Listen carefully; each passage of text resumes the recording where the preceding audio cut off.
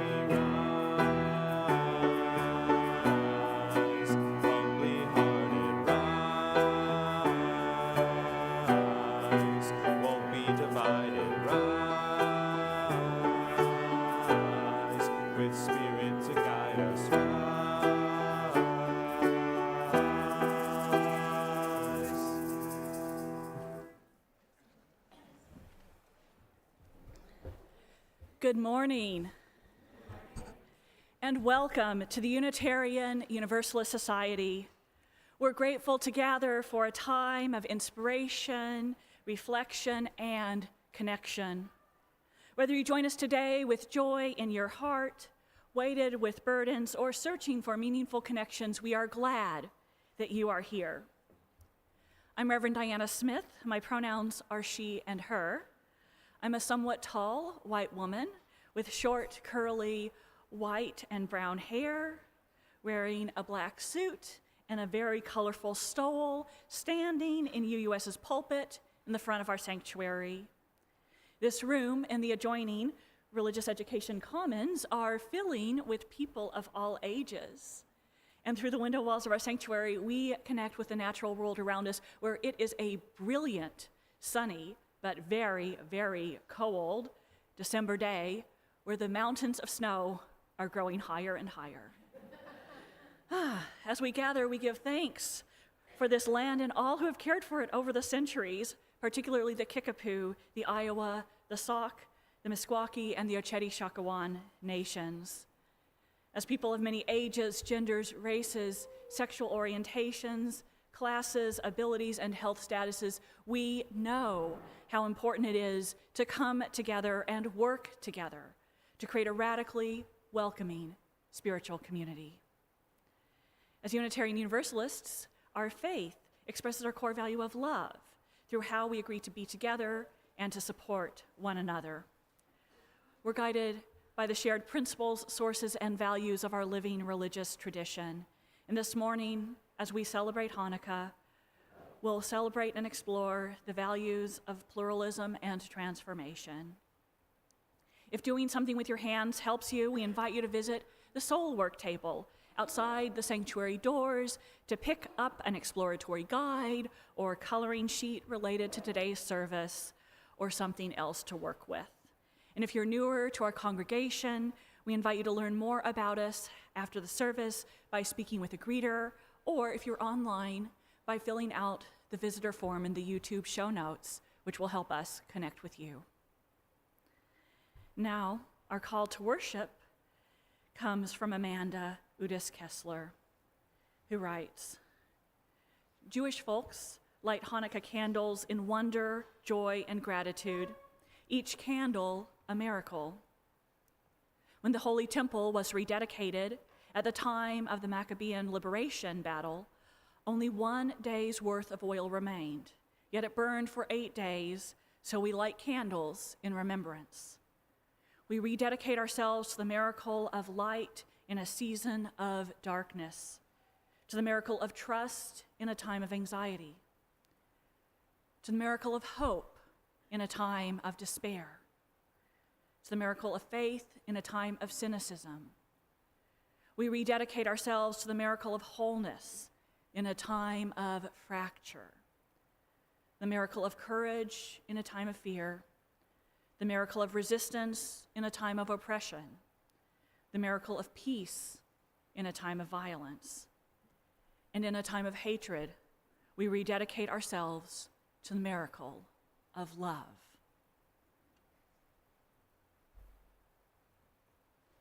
Our opening hymn for this morning is number 346. Come sing a song with me.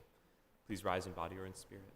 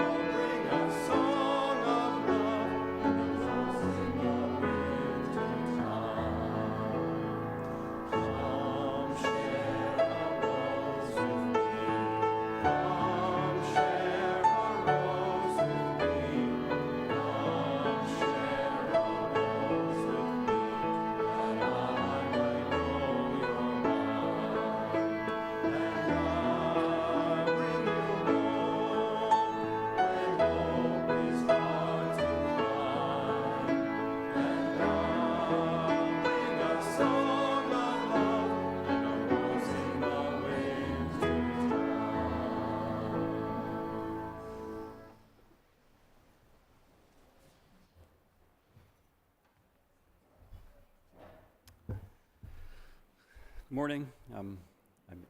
I'm Andrew Levitt, a worship associate at the UU, 6-foot white male, pronouns he, him, wearing a black vest and some very stylish long underwear. As Unitarian Universalists, we light a flame within a chalice as a symbol of sanctuary, safety, and hope to unite us in our worship and to remind us of our ongoing search for light, truth. Please join with me in saying our chalice lighting as Riley lights our chalice.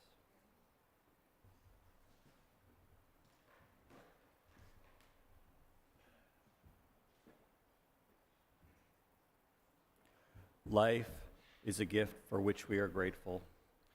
We gather in community to celebrate the wonder and mystery of this great gift.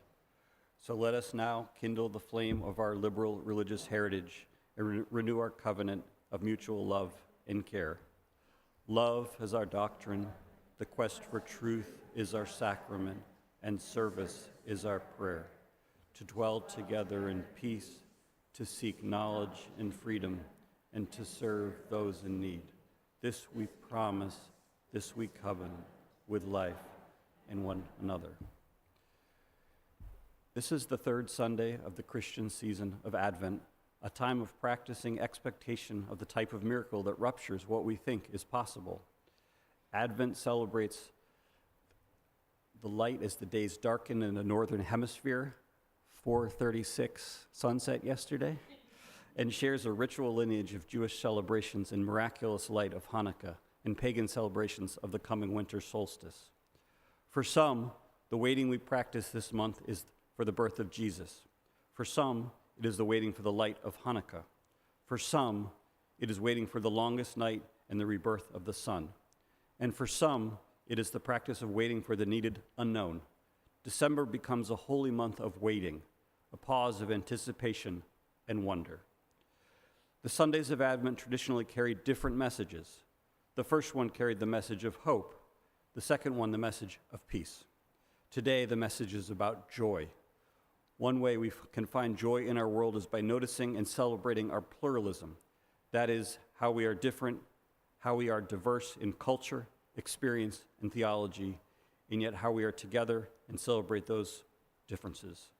As we light this candle, we celebrate the joy of pluralism.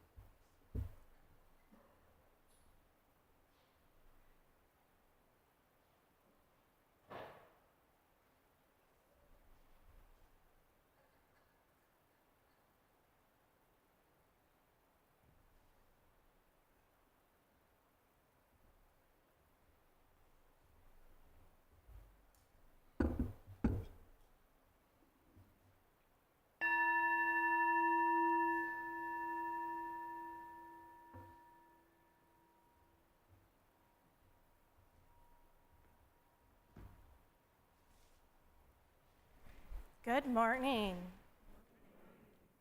Okay, sorry.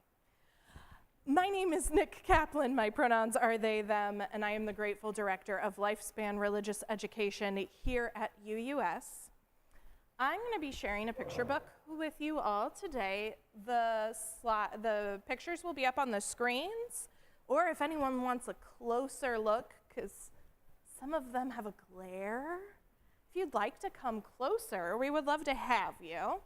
The book that I will be sharing with you today is Red and Green and Blue and White.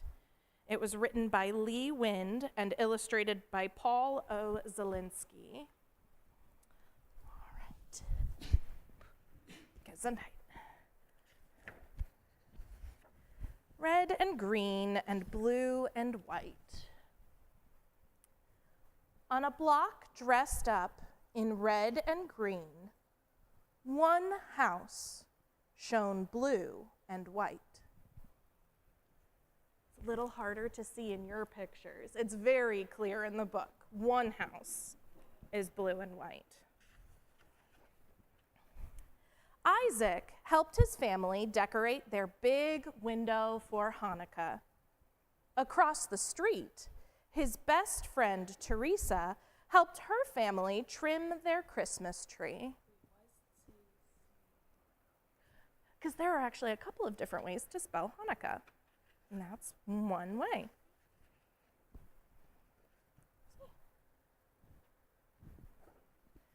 Isaac wrote poems, and Teresa made art. They both loved playing in the snow, counting down to the holidays, and thought you couldn't have too many sprinkles on a cookie.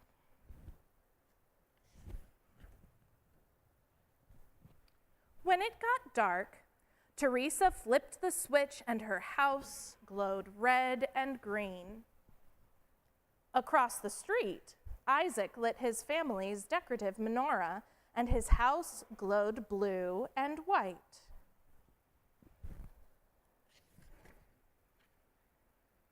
Later, when it was dark and everyone was asleep, shadows approached Isaac's house.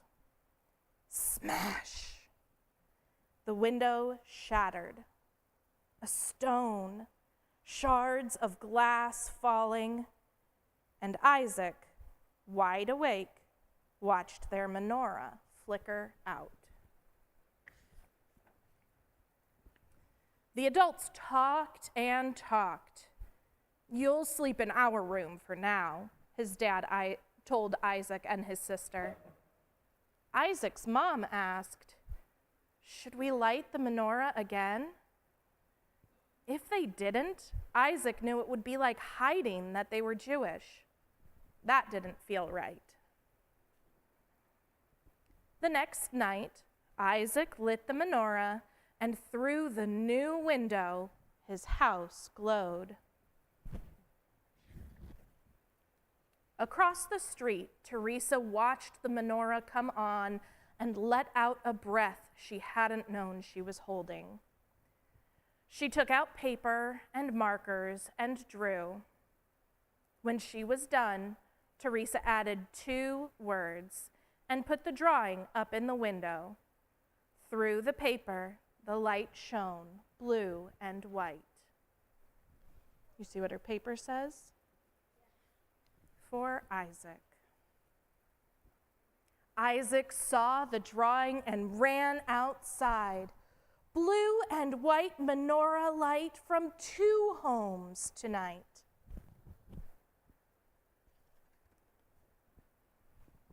The idea grew with more drawings. Their friends joined in, then their school and their library. So many drawings. Local stores joined in, and restaurants and clubs. It was on TV and in the newspaper. 3 weeks after Isaac and his family stood tall, and Teresa and her family stood up by their side, their whole town was dressed up to celebrate the true spirit of the holidays, the true meaning of community. From more than 10,000 windows came Christmas tree, red and green and blue and white menorah light, stronger together, shining bright.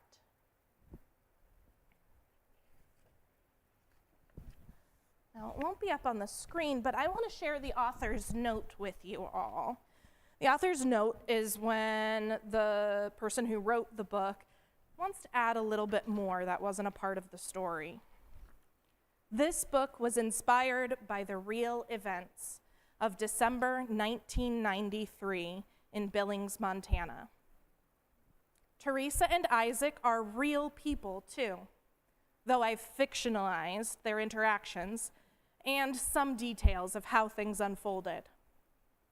What I hope shines through is how the people in Billings chose to not just stand by and be bystanders while bad things happened to others. Instead, they stood up to say the bad things weren't okay. They chose to be upstanders.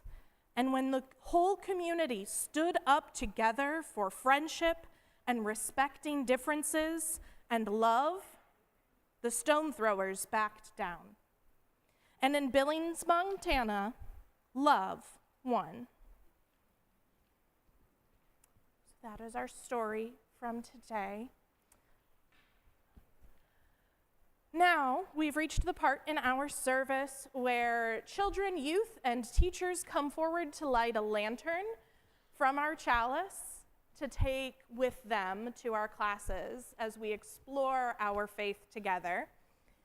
It seems that we will only have our 3rd to 5th grade class today, so any 6th grader who's sitting here will be joining the 3rd to 5th graders, but we will just be in one classroom today. We will be in one classroom today. So those of you who were teaching in other classrooms, please enjoy the remainder of service.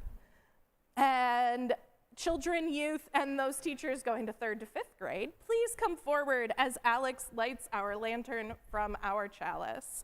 And we all join in singing Be Open.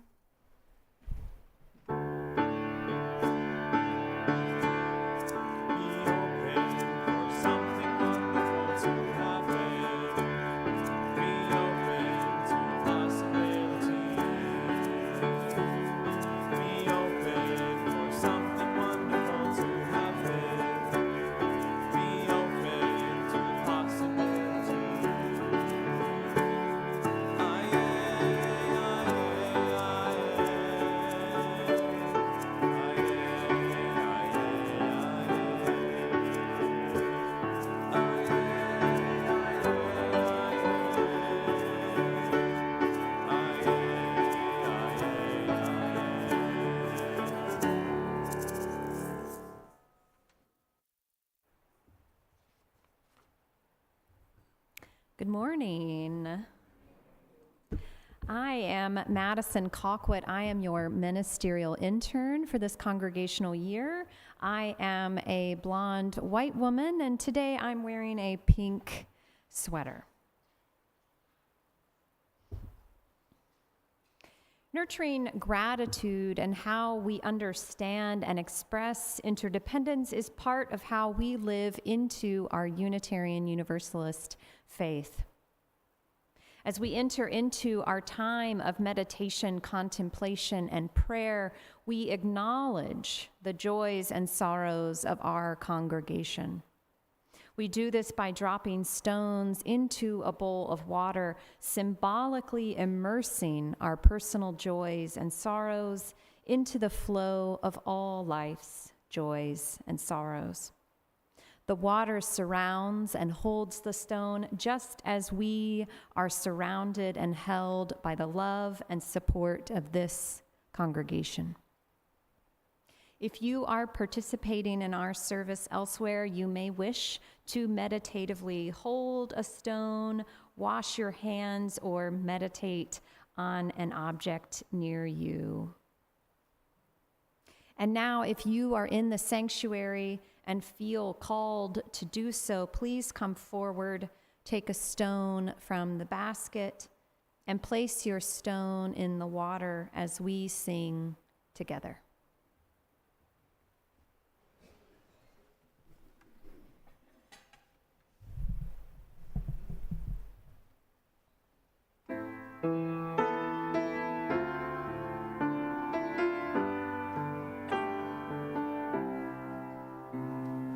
Spirit of life,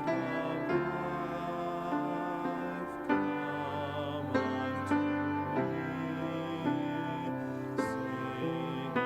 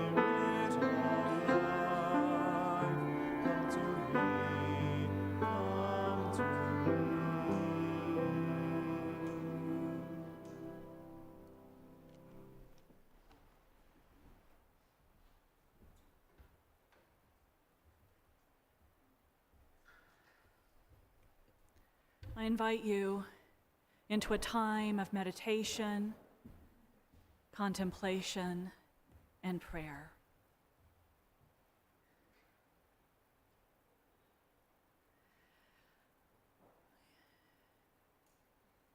As we enter this time together, I invite you to settle in to where you're seated, finding a comfortable or comfortable enough place to be in your body, here and now.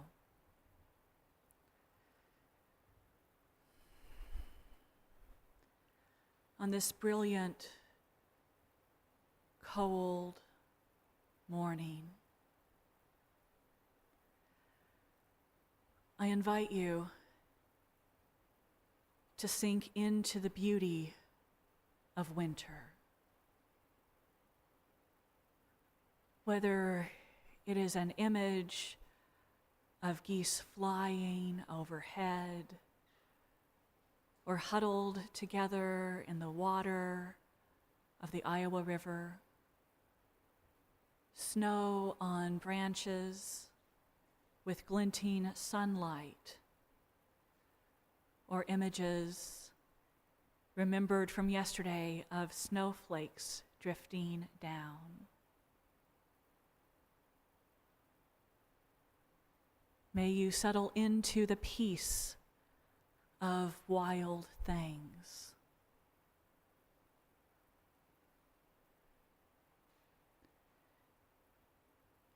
In this moment where so much is confusing and sad, when we hold grief and anger,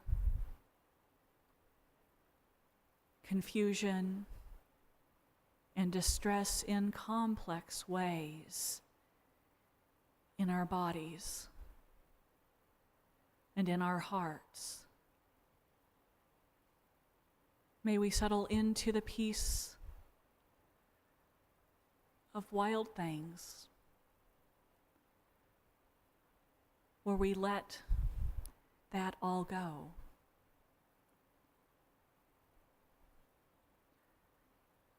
May we settle into the support of community, where our grief and our pain find mirrors, and in that are lessened a little, and find avenues to action and change. Let us breathe together across the miles.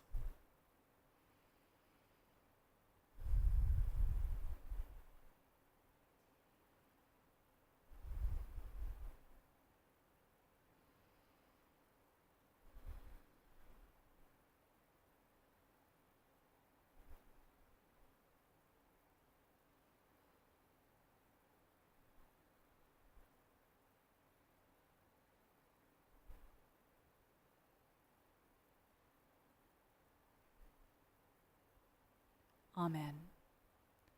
Blessed be.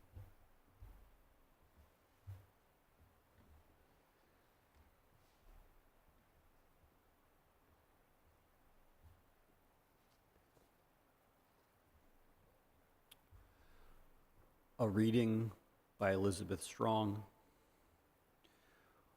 We are in the midst of the season of celebration, celebrations, of the birth of new hope, of the festival of lights, of the triumph of freedom. The darkness of the year is lifting, and the time of light grows longer. We have gathered with the anticipation of hope for peace on earth and in our homes. We have gathered in this season of celebration seeking comfort to soften the pain and the losses our lives have suffered in the fast retreating year. We have gathered to worship joyfully within this season of celebrations with the tenderness and love of family and friends around us. Let us be embraced by the strength and power of the sacred space that we each bring as we create this beloved community. Let joy and sorrow join in the fullness of our living. Let the power and strength we embody join us together as we move through the seasons of celebration into a new year with a new vision of hope for peace on earth.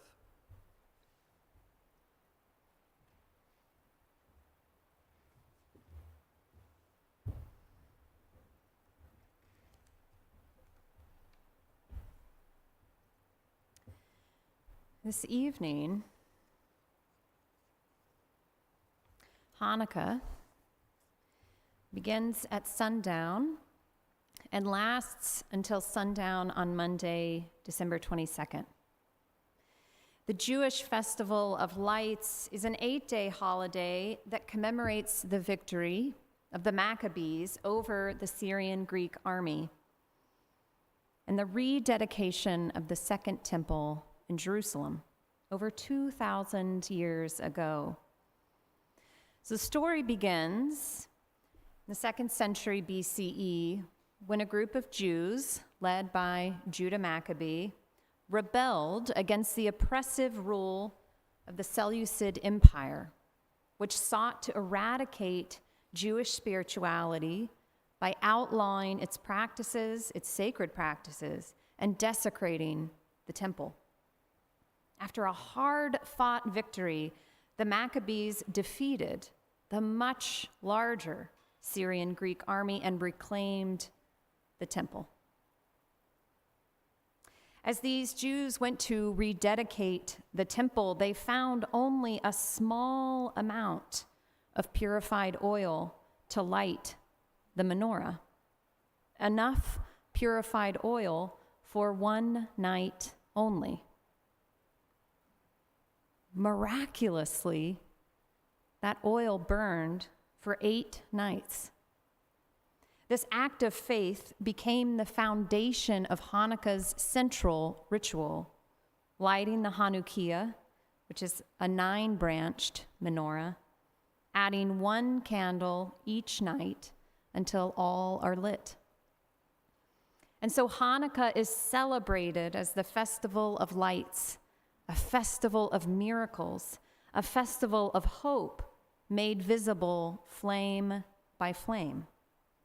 Each night, 1 more candle is added to the Hanukkah until all 9 lights shine together.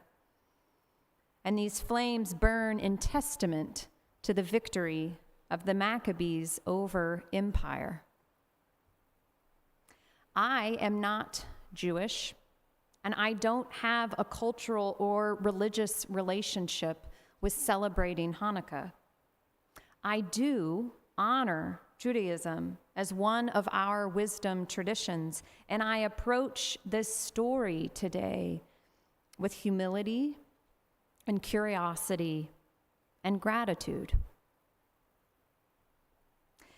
And what makes this story especially important, I think, for us today is that there's something else miraculous that happened in the temple that night. The miracle is not only that the much less resourced Maccabee rebels defeated the much larger Syrian Greek army. Not only that 1 night's oil lasted 8 days, but also that they chose to light the menorah anyway. Rather than abandoning the sacred ritual because resources were insufficient, those in the temple chose to tend the light anyway. I imagine them, after reclaiming their sacred space, sweeping the floors still marked by violence, preparing the lamp, pouring in the last of that purified oil that had been prepared with intention, imbued with meaning. I imagine the quiet weight of that moment, the knowledge that this might be all there is, this one flask of oil. And still, they lit the flame. They trusted that the act itself mattered. The act of committing oneself again to what matters, to what is sacred, to what must be tended if it is to survive. And this word, tending, is where I want to linger this morning. To tend is to care for, to look after, to give one's attention to. It is related to the word attend, to show up, to be present, to stay with what is in need of our care. Tending in this story is not just about maintenance. It is care infused with values, attention shaped by faith. I think Hanukkah is a story about tending. The oil had to be tended, the flame had to be tended, the temple itself had to be tended, had to be cleaned and repaired and restored. And beyond the physical tasks, their faith and identity had to be tended. Hope had to be tended in the midst of an empire that sought to eradicate Jewish religious practices. Today, our hope needs to be tended. Our faith needs to be tended. Hope, so precious, so tender.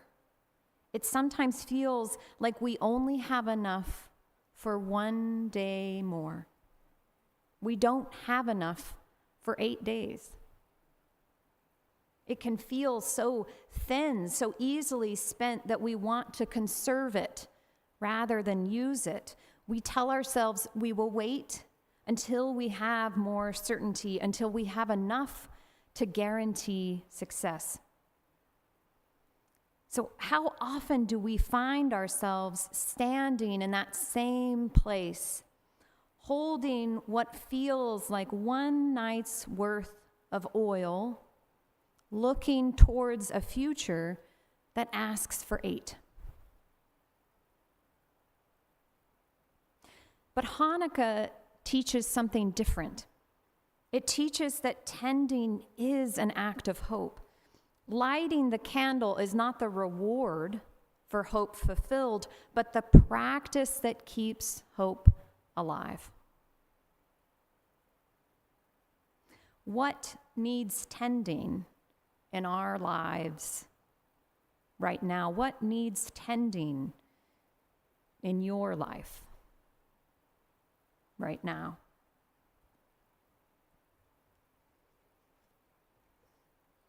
Each night of Hanukkah, one candle is lit on the Hanukkah, the Hanukkah menorah. Not all the lights at once. One small flame at a time. Each night the light increases because someone returned to tend it again. Those 8 flames burn as testament to that devotion. Those flames burn as testament to resistance against empire. And I understand many of us feel surrounded by reasons to despair, systems that feel immovable, injustices that feel endless, grief that is cumulative. It is easy to feel stuck by the sense that whatever we do will not be enough, that our single candle cannot possibly matter against such uncertainty and such hopelessness. This is why the choice to light the lamp when there was only oil enough for one night is miraculous. Even though everything seemed hopeless, even though it seemed like their effort could not be enough, the devotion mattered, the faith mattered. Like Teresa, for her friend Isaac, in the story Nick shared during the Time for All Ages, Teresa drew the Hanukkah to tend to her friend. For Isaac, she drew. Teresa lit that first candle, so to speak, and it grew from her window to her block to over 10,000 windows in Billings, Montana. Teresa chose hope for her friend, hope that her community was more than the act of violence against Isaac's family. And her community responded in kind. Reflecting on the lights of Hanukkah is reflecting on miracles. Reflecting on the lights of Hanukkah is choosing hope despite all the myriad reasons that might discourage us from doing so. Reflecting on the lights of Hanukkah encourages us to make the choice to light that first candle. Hannah Roberts Villeneuve, in Hope Comes to Claim Us, writes, in the season of long, cold nights, hope isn't waiting for us to find it. Hope isn't sitting patiently on the sidelines. Hope seeks out the forgotten places, the longest night, the damaged temple, the overcrowded stable, and every corner where tomorrow seems impossible. Hope bursts in, uninvited, without concern for our carefully constructed plans. Hope shows up as a lamp that keeps burning. Hope shows up as an improbable baby. Hope shows up as the sun returning without ever having left.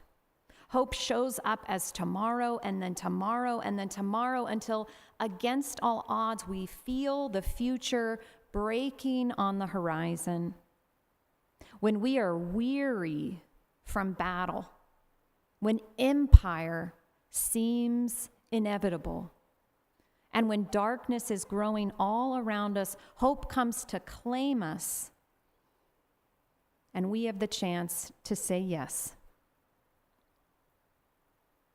May we be a people who say yes to the miracle of hope in a time of despair. May we honor the courage it takes to begin. May we remember that even one small flame, faithfully tended, like sweet Teresa, can carry us further than we thought possible, to 10,000 windows in Billings, Montana.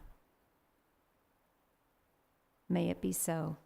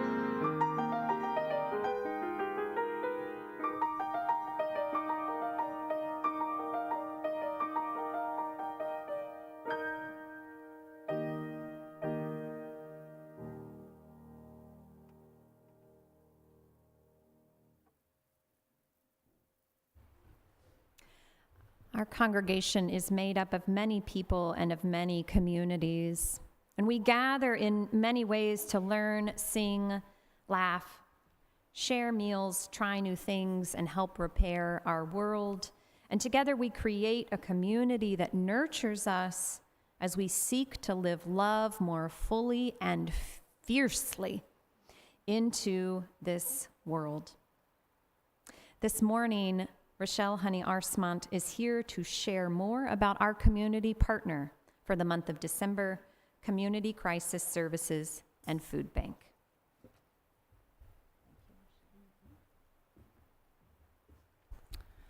Good morning. My name is Rochelle Honey Arsmont, and I'm a white woman with long, dark brown hair, wearing a black shirt and a greenish-bluish skirt this morning. So I was asked to come up and talk about community because I had the honor of working at Community Crisis Services from 2016 to 2020, running the Mobile Crisis Response Team, one of 5 programs that they now provide.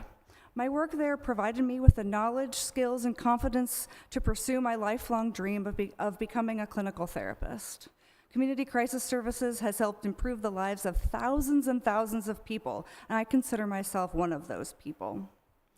50 years ago, the Crisis Center started out as a crisis hotline to prevent suicide. Last year, the crisis line had over 104,000 crisis contacts.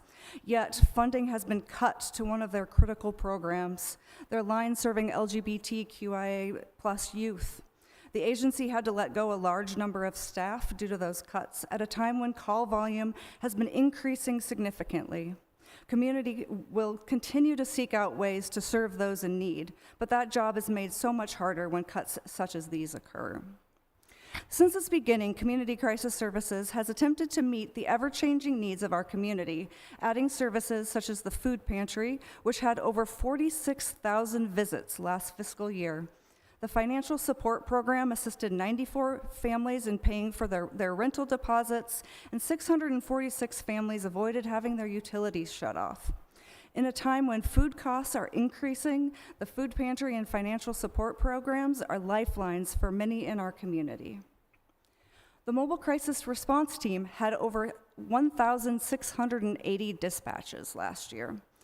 This 24-hour-a-day, in-person mental health response team has played a large part in decreasing hospitalizations and criminalization of those with mental illness.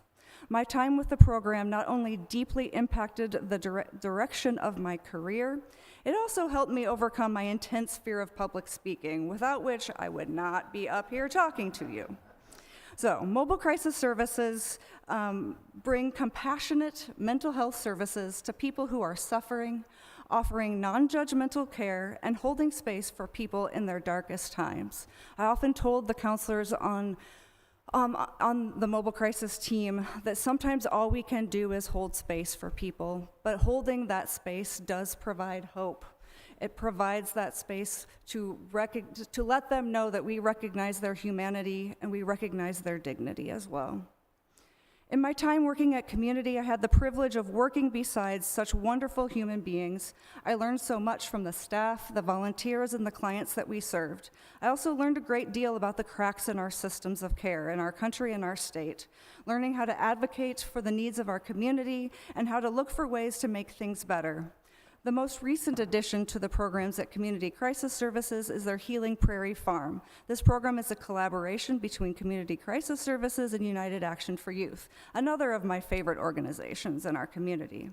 Healing Prairie Farm is a youth crisis stabilization program that allows youth who are in crisis but don't need hospitalization to have a safe place to go, and it allows them time in nature and with animals. This is a phenomenal addition to our community services, which I wish had been available many, many years ago. So Community Crisis Services is an organization in line with the values of UUS and is a worthy collaborator in our community. I hope you consider giving financially to such a vital community resource. Thank you.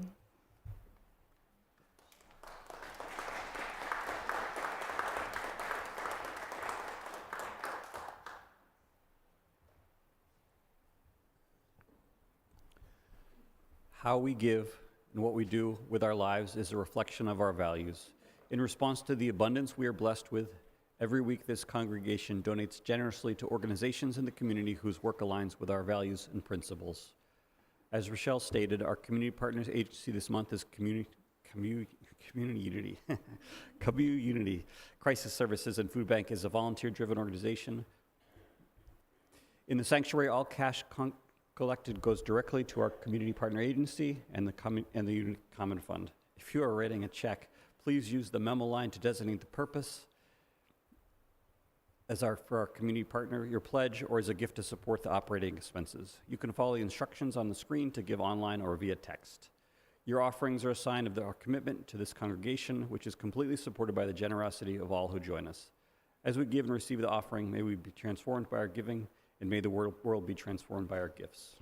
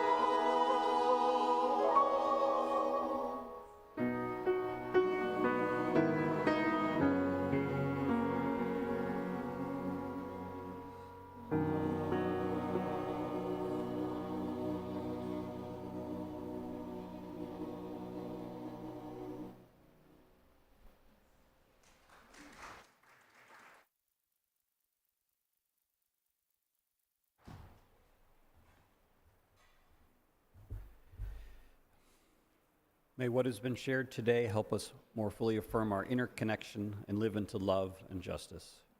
Usually we gather in the fellowship hall for conversation community after the service. However, today we will be beginning our December congregational meeting promptly at 11:30, so there will be only limited refreshments available immediately after the service. If you're a member of the UUS, please check in with Lucy at the table in the atrium immediately after the service so we can ensure we have a quorum and then return to the sanctuary. After the congregational meeting, we will be having cake to celebrate the New Life members who will be honored today. If you're joining online, the congregational meeting will be streamed on Zoom. Members, please look for an email sent about 10 days ago with a link. If you need childcare during the meeting, please check in your kids with Nick or Jan in the RE wing.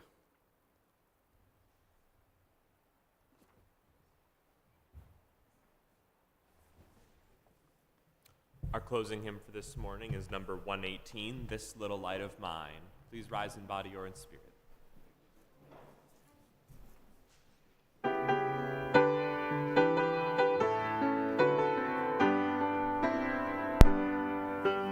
This little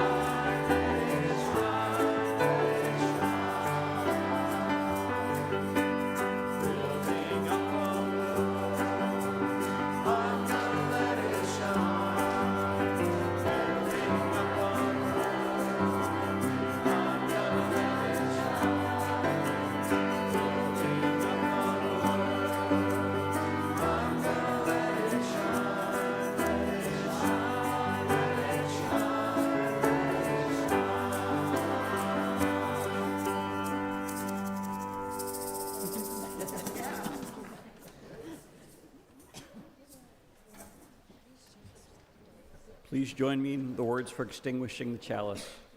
We extinguish this flame, but not the light of truth, the warmth of community, or the fire of commitment. All these we carry in our hearts and in our minds until we are together again.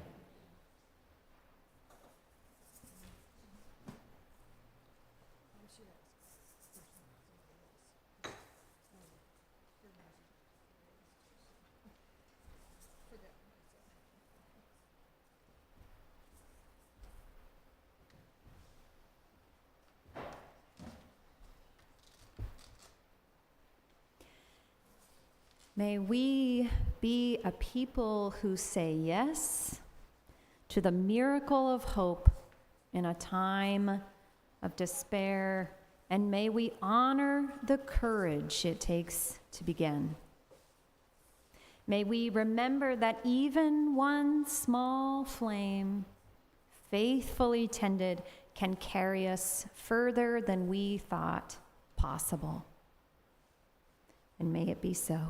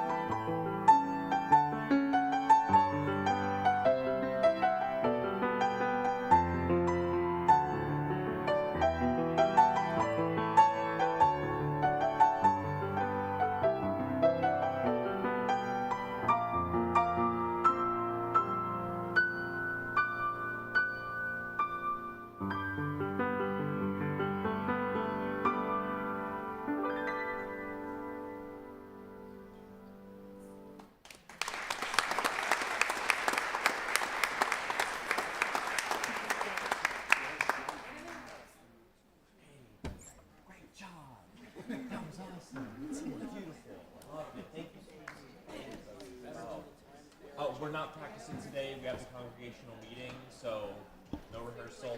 We'll meet next week to finish Long Ago, and then we'll do that Christmas Eve.